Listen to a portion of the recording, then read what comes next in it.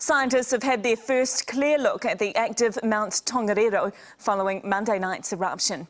The mountain has been relatively quiet overnight, but experts are not ruling out more action from the crater. With more, we're joined now live by One News reporter Kim Vanel. Kim. Good afternoon, Melissa. Yes, the weather has been kind enough this morning for scientists to get their first good look at Mount Tongariro, and they've identified a debris flow that stretches for about 2 kilometres down the side of the mountain.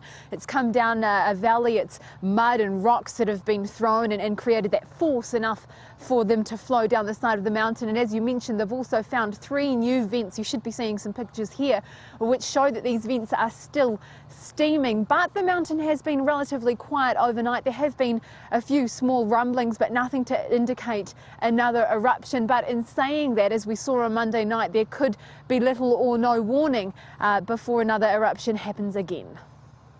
Scientists monitor volcanoes, often looking at earthquakes and that sort of thing. But even in this case, the government scientists actually saw an increase in seismic activity over the last few weeks, but it actually got a little bit more quiet just before this explosion. So it shows that there isn't often a foolproof way of predicting these things. So monitoring is ongoing. I've spoken to the Department of Conservation this morning. They're in touch with GNS Science about when the Tongariro tracks and huts can reopen. As we saw yesterday, Ketatahi hut was very badly damaged. That's a hut that was very near to the eruption site. But they hope to eventually start opening up the tracks that are furthest away from the eruption site. But they say the 2 kilometre radius within that eruption site is still very much high risk. Thanks for the update, Kim. Kim Vanel, live from Tongariro. Mount Tongariro might be quiet now, but it's making its presence known and not just in its immediate surrounds. People as far south as Wellington say they have noticed a strange smell in the air. Last night the kids said to me, "Hey, what's that sulphur smell?" And because they didn't know anything about the volcano, you see, and I said, "No, well, that's the volcano." I honestly smelt eggs, yeah, I did. Yeah, I had a dream about eggs, and it must have been the sulphur in the air. Horizons Regional Council, which monitors air quality, says while sulphur smell's been reported, it has not recorded anything out of the ordinary and there should be no cause for concern.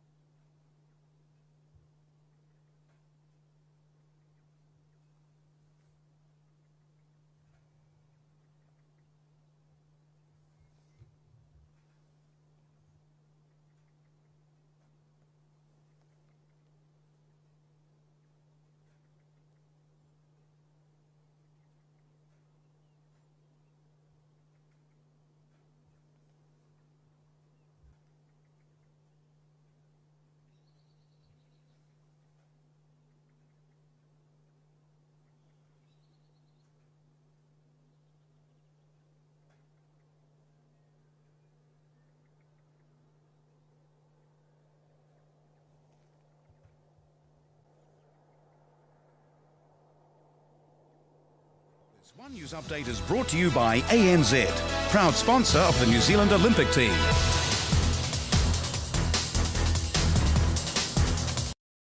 People could be allowed limited access to Mount Tongariro tomorrow. That's even though the mountain's continuing to rumble with earthquakes. Scientists say there's been little volcanic activity in the past 24 hours and they're still prepared for more action. Kim Vanel's been following the situation.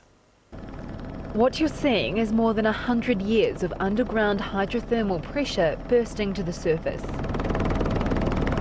3 vents have been spewing steam since Monday's eruption, and scientists have now spotted a landslide of debris 2 kilometres long. Volcanically we call it a debris flow, but essentially it is a landslide, and it looks just like a typical landslide deposit. There's big blocks, there's small blocks, there's clay, there's bits of torn up soil, there's trees. A break in the weather meant we could for the first time see the extent of the fallout. There are areas of track that we know have got, I think the technical term is bombs landed on them, metre-sized pieces of rock, and they've destroyed boardwalks and so on. But Tongariro is staying relatively quiet. We've just had a couple of small volcanic earthquakes in the last 24 hours, no volcanic tremor, really no change in the earthquake activity. The sulphur smell has now reached as far as Wellington, but that's no concern to those on nearby mountains. Mount Ruapehu staff want to make very clear both Whakapapa and Tuarua are very much open for business. The small rumblings from nearby Mount Tongariro haven't even been felt by people enjoying the snow here. Obviously, the mountain wouldn't be open if it wasn't safe for us to come skiing. Everyone texting us, are you okay? It's like, I'm on a different mountain, but yeah, I'm fine. And if it gets bad, we'll make a decision then. Yeah. So yeah, we're not too worried. The Department of Conservation will start reopening Tongariro tracks from tomorrow, starting with those furthest away from the Te Mari craters. More small eruptions are possible, but there's still no telling when they might be. Kim Vanel, One News. This One News update is brought to you by ANZ, proud sponsor of the New Zealand Olympic team. News update is brought to you by ANZ, proud sponsor of the New Zealand Olympic team.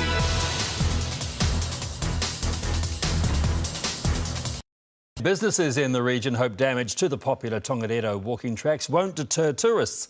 The area is one of the top day trips in the world and brings in thousands of visitors a year. Ruth Wynne-Williams talked to local firms and residents. Stuart Barkley makes the journey to Mount Tongariro virtually every day. We're walking on the result of many volcanic eruptions. His alpine guide service, Adrift, relies solely on the mountain. The popular tracks close for now, but in the long term, he says an increase in volcanic activity is good news for his guests. Really, I think that's 75% of the attraction, and why it's one of the top 10 walks in the world is it is a active volcano. More than 80,000 people cross the Tongariro each year. Now operators are having to field new questions from tourists. Is it safe to come? What's the mountain doing? Are the ski fields open? Uncertainty too for locals who want good information to help plan for trouble. The only plan that we've got is from a local guy that's coordinating the evacuation.